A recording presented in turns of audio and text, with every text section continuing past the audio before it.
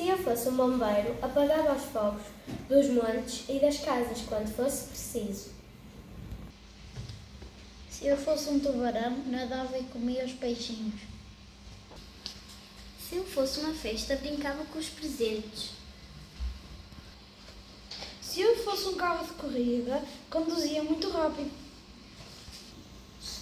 Se eu fosse um caranguejo, apanhava sol na praia. Se eu fosse uma veterinária, ajudava e curava os animais. Se eu fosse um autocarro, levava os passageiros para casa e para o trabalho. Se eu fosse uma bailarina, dançava com vestidos de princesa. Se eu fosse uma sereia, nadava e brincava com os peixinhos no mar. Se eu fosse uma fada, voava com os passarinhos. Se eu fosse uma baleia, nadava muito. Se eu fosse um polícia, gostava de prender os criminosos para eles não fazerem mal a ninguém. Se eu fosse um bombeiro, gostava de poder apagar os fogos e ajudar as pessoas que estão doentes. Se eu fosse um médico, eu cuidava das pessoas doentes e dava injeções.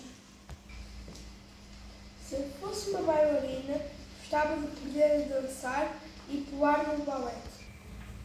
Se eu fosse uma cadelinha, gostava de brincar com o dono e ter uma casota cor-de-rosa. Se eu fosse uma cadelinha, gostava de brincar.